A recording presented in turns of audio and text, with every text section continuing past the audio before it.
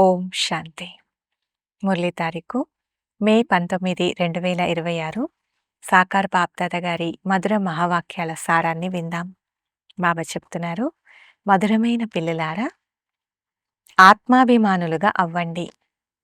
నడుస్తూ, తిరుగుతూ, లేస్తూ, కూర్చుంటూ ఇదే అభ్యాసం చేస్తూ ఉంటే మీకు చాలా ఉన్నతి జరుగుతూ ఉంటుంది. ప్రశ్న: తండ్రి యథార్థమైన స్మృతి ఏ పిల్లల బుద్ధిలో ఉంటుంది?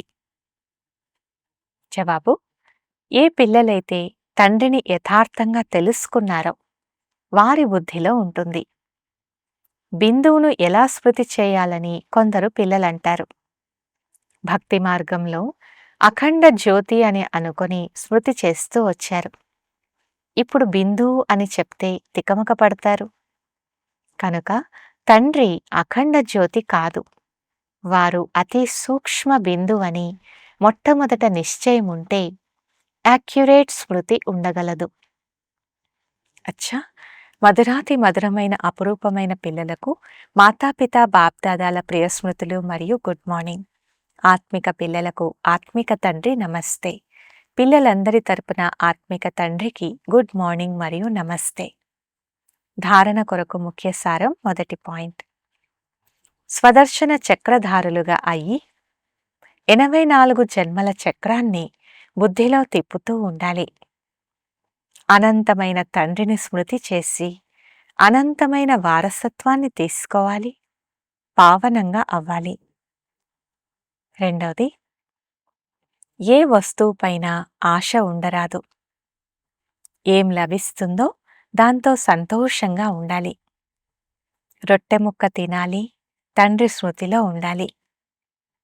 వరదానము: అందరి మనస్సులలోని రహస్యాన్ని తెలుసుకొని అందరినీ సంతోషపరిచే సదా విజయీ భవ.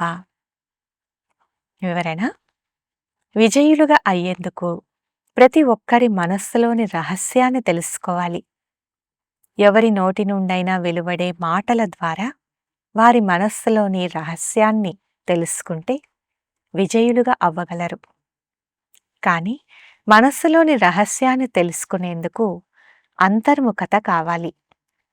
ఎంత అంతర్ముఖులుగా ఉంటారో అంత ప్రతి ఒక్కరి మనస్సులోని రహస్యాన్ని తెలుసుకొని వారిని రాజీ చేసుకోగలరు. రాజీ చేసుకునేవారే విజయులుగా అవుతారు. స్లోగన్: వైరాగ్యము ఎటువంటి యోగ్య ధరణి అంటే అందులో ఏ విత్తనం వేసినా అది తప్పకుండా ఫలీభూతమవుతుంది.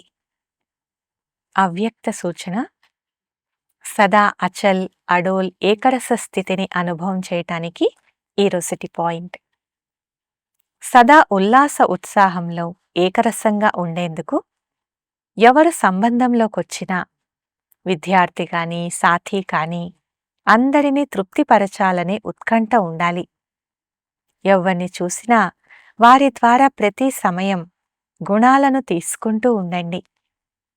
అందరి గుణాల బలం కలిసినందున సదాకాలం కొరకు ఉత్సాహం ఏకరసంగా ఉంటుంది. గుణగ్రాహకులుగా అవ్వండి.